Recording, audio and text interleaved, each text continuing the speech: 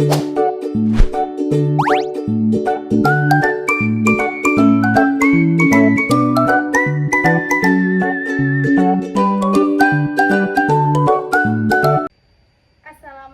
warahmatullahi wabarakatuh. Perkenalkan, nama saya Mima Agusti dengan NIM 22221196. Saya dari mahasiswa Universitas Mercu Bakti Jaya Padang dengan jurusan S1 Kebidanan. Baik, pada kali ini saya akan memberikan kepada ibu-ibu tips memilih terapi yang baik dan legal untuk bayi, terutama kepada calon-calon ibu dan ibu yang telah memiliki anak. Tidak lama-lama, bisa ditonton video saya selanjutnya. Baik, sebelumnya kita masuk ke tips memilih terapi komplementer yang aman dan legal untuk bayi, maka kita terlebih dahulu harus mengetahui apa sih yang dimaksud dengan terapi komplementer itu. Apa saja sih terapi komplementer itu? Jadi terapi komplementer itu adalah terapi di mana seperti pijat bayi, aromaterapi untuk bayi, di mana itu diakui secara hukum di Indonesia, dan sebagaimana juga upaya kesehatan tradisional. Banyak kan di kampung-kampung atau ibu-ibu sekarang untuk kesehatan bayinya selalu diberikan untuk seperti pijat bayi atau aromaterapi lainnya yang membuat bayinya itu lebih senang. Kata-kata orang banyak dikatakan untuk biar bayinya lebih nyenyak tidurnya. Jadi emang terapi ini baik untuk bayi. Nah, pasti ibu-ibu bingung nih mau memilih terapi komplementer atau terapi yang bagus untuk bayi itu yang mana sih? Gimana ya caranya biar aman untuk bayi kita? Jadi kita melihat selama dia dilakukan oleh tenaga yang berkompeten, memiliki izin praktek yang resmi, maka itu aman untuk digunakan bayi. Namun penting diingat bahwa terapi komplementer ini dapat memberikan manfaat dan relaksasi dan meningkatkan antara ikatan ibu dengan bayi. Nah, selanjutnya ada terapi komplementer yang diakui secara hukum, dimana tadi ada terapi komplementer itu seperti pijat bayi, aromaterapi, dan refleksi lembut yang merupakan bagian dari pelayanan kesehatan tradisional. Ya, dimana diakui secara hukum di Indonesia berdasarkan Permenkes RI nomor 61 tahun 2016. Walaupun dan sering memberikan manfaat untuk mendukung tumbuh kembang pada bayi, terapi ini tidak sepenuhnya bebas risiko. Jadi ibu-ibu juga harus melihat penggunaan teknik atau bahan yang salah dapat menyebabkan iritasi kulit, alergi, cedera otot, hingga gangguan pernafasan bila minyak aromaterapi digunakan secara berlebihan. Jadi ibu-ibu juga harus lihat apa sih, gimana sih tekniknya, bahannya salah nggak, banyak nggak digunakan. Kita juga lihat sampai ke situnya. Nanti kan namanya terapi belum tentu sepenuhnya itu bagus, bebas dari risiko, tidak juga. Jadi kita tetap melihat sampai ke situ, meskipun dia aman dilakukan oleh tenaga yang berkompeten, tapi juga kita harus lihat bagus nggak untuk bayi kita, aman nggak untuk bayi kita. Jadi kita juga harus sampai ke situ lihatnya.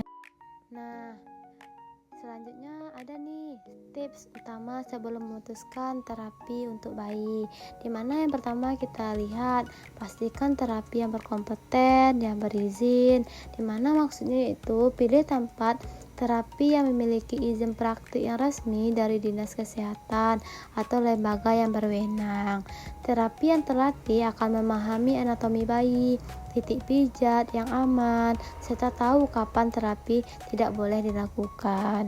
Yang kedua yaitu ada perhatikan kebersihan lingkungan dan peralatan. Kita juga lihat ruang terapi harus bersih, hangat, dan alat yang digunakan harus disterilkan. Lalu hindari tempat terapi yang terlihat kotor atau menggunakan handuk dan alat bergantian tanpa disinfeksi atau tanpa dibersihkan. Yang ketiga itu tanyakan dasar ilmiahnya. Apa sih? Minta penjelasan dari terapi tentang bukti ilmiah atau referensi medis yang mendukung manfaat terapi tersebut. Ketiga itu tanyakan dasar ilmiah. Kita harus minta penjelasan kepada tenaga yang melakukan terapi tersebut. Kita minta dukungan. Kita tanyakan kepada tenaga kesehatan itu, apa sih manfaatnya terapi ini lakukan pada bayi kita? Apa sih dasar yang mengakui ini bagus untuk bayi kita? Kita tanyakan seperti itu kepada tenaga yang melakukan terapi tersebut. Lalu yang keempat itu ada pilih produk yang aman untuk bayi, dimana menggunakan minyak pijat atau aromaterapi. Pastikan produk tersebut khusus untuk pada bayi, bebas dari alkohol, pewangi buatan, bahan kimia keras. Kita juga lihat seperti itu, dimana contohnya seperti minyak kelapa murni atau minyak zaitun yang berlebihan aman tidak dibandingkan minyak esensial murni yang kuat. Nah, kita lihat juga produk yang aman untuk bayi. Nanti kalau tidak akan membuat risiko pada kulit bayi kita, akan iritasi atau kemerahan atau lainnya. Nah, terus selanjutnya ada yang kelima, yaitu selalu minta dan pahami surat persetujuan atau informed consent.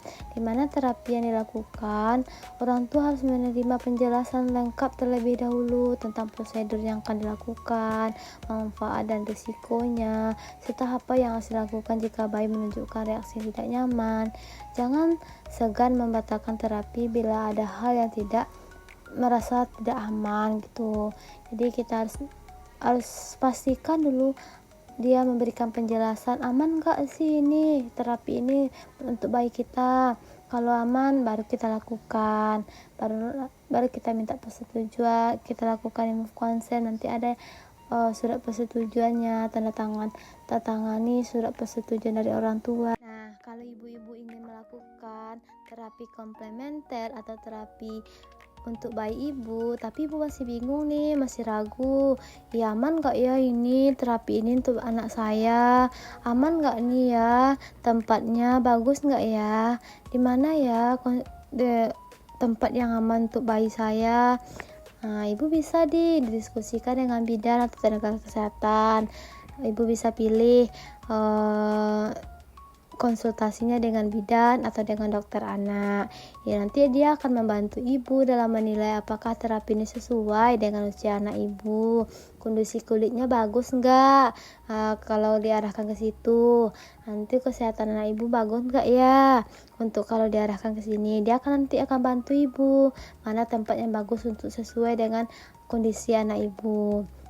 Nanti dia akan kolaborasi dengan orang tua, tenaga kesehatan, terapis terlatih, akan membuat terapi komplementer menjadi aman, bermanfaat, dan tentu menyenangkan bagi si kecil ibu. Jadi ibu tidak perlu khawatir lagi. Ibu bisa diskusi dengan bidan atau tenaga kesehatan terlebih dahulu. Baik, mungkin hanya itu tips yang bisa saya berikan kepada ibu-ibu untuk dalam memilih terapi yang baik untuk calon buah hati, terutama kepada calon ibu dan ibu yang baru memiliki anak. Mungkin hanya itu yang bisa saya berikan, semoga bermanfaat. Dan kepada ibu-ibu, jangan lupa untuk selalu berdiskusi dan bertanya kepada bidan dan tenaga kesehatan lainnya. Saya akhiri dengan Assalamualaikum warahmatullahi wabarakatuh. Bye-bye.